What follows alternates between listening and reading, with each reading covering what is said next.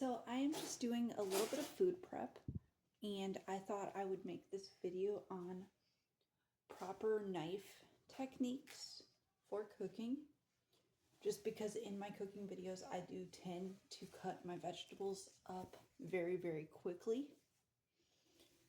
And I know a lot of people were not lucky enough to live in a house with a chef.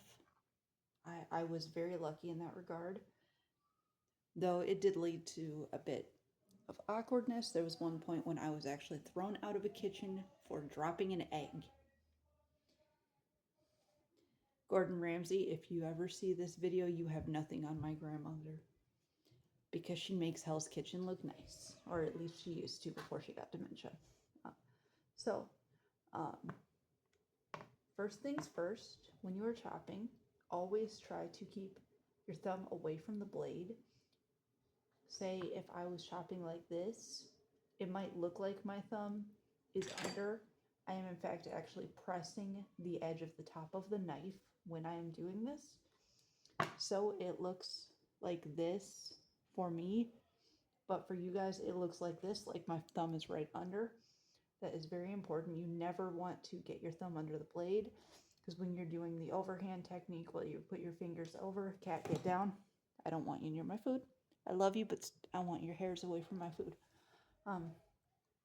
You never want to let your thumb get under, because that is probably the fastest and easiest way to get an injury cutting up vegetables. So what you will do, press your thumb against the very top, put your nail on the top of the blade, it will not go under that way, and just drop it down through.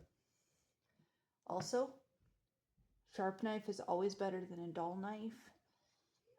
If you can't afford anything else, go on Temu, get a cheap 98-cent knife sharpener. You never want to be working with a dull knife. You are in fact more likely to cut yourself with a dull knife than with a sharp knife. Also, in general, you only really need 2 knives to start with for cooking. This is going to be your long chopping knife, and that's not even this one. Your secondary knife that you would need is this, which is a small paring knife. You do not need an entire fancy knife set. You just need 2 good sharp knives to get your work done. The rest of them do help, but they're completely unnecessary, and this is my second favorite. It is just a fine-edged steak knife. I personally don't like the serrated edges knives. They're a pain in the ass to use, in my opinion. This would be if you are doing something a little harder. I do recommend spending a little bit more money on one. This is just a very cheap one. As you can tell, it's very thin, but it is full tang. Do try to go for a full tang blade. It will last you much longer, and it won't just snap off. And then what you're going to do, always keep your fingers over when you're cutting through. And then you turn your food. Do the same thing. See, I am keeping my fingers over and making sure none of my fingers go under the blade like that. If I can press it against the side, I know it's not going to go under, and that is very important. Also, just like when using a box cutter, always cut away from you. When you set the blade down, always set it down like this, facing away from your body.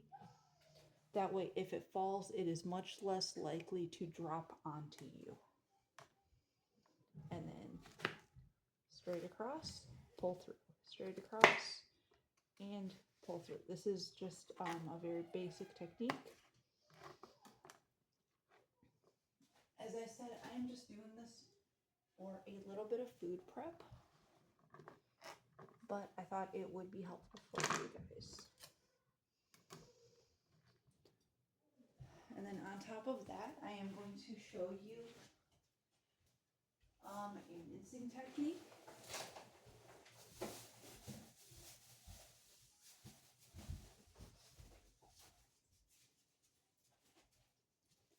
Just because I do have some garlic that needs to also be taken care of for a soup that I'm cooking. So I will just be getting a little bit out for you, and I'm going to show you how to handle that. We're just going to cut the edge right there and then pop this with our finger, pulling out 1 clove of garlic. And for those of you who shop through Amazon, because I know as I was a Prime shopper picking your orders, this is not a clove of garlic.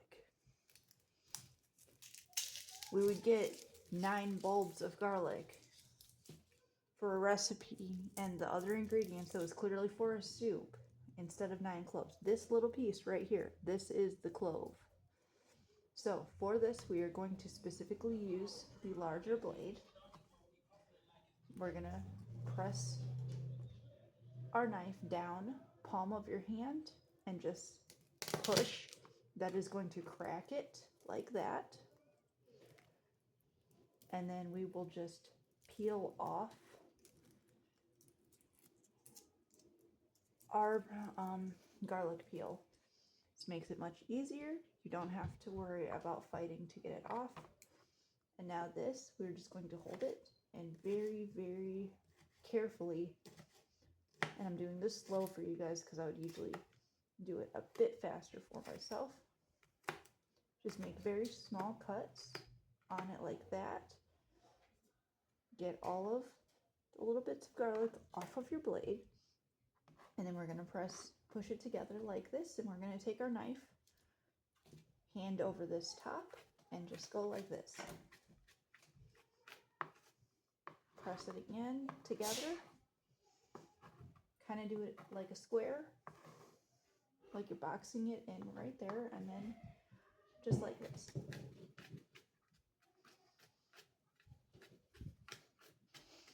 And that is how you mince up your garlic or anything else that needs to be minced.